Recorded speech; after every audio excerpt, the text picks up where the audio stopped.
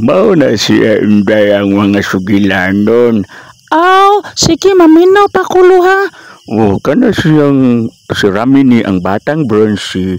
Usa na siya kabata nga diin ay gahom. Mutabang siya sa mga gidawdaog, mga ginaabuso sa mga dautan nga tao. Mao na siya nga gitaytulan gid na siya gitawag og si Rami ni ang batang bronze. Musinggit man na siya, inisinggit niya iyahang magamit ang iyahang gahom. Nga diin mahimo na siyang bronze.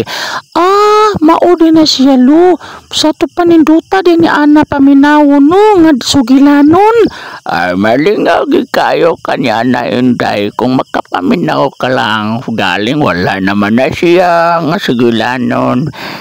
Gikan na lamang na siya sa mga sulti-sulti na mo nga mga katigulangan kay kami man mo ay nakadungog ni ana sa amo pang kapanahonan sa kami pay batanon. Karon wala na kay moderno naman pero maganahan gid mong maminaw.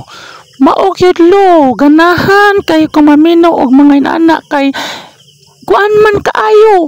Maka inspire man gid na namong mga bata. Maganahan namin ni anang mga gahom-gahom. Ang uban pod na pagtulunan man lo no. Munang ganahan kayo kumaminaw og mga sugilanon nga sama ni ana. Mao gyud po sultihan pati ka sa uban nga mga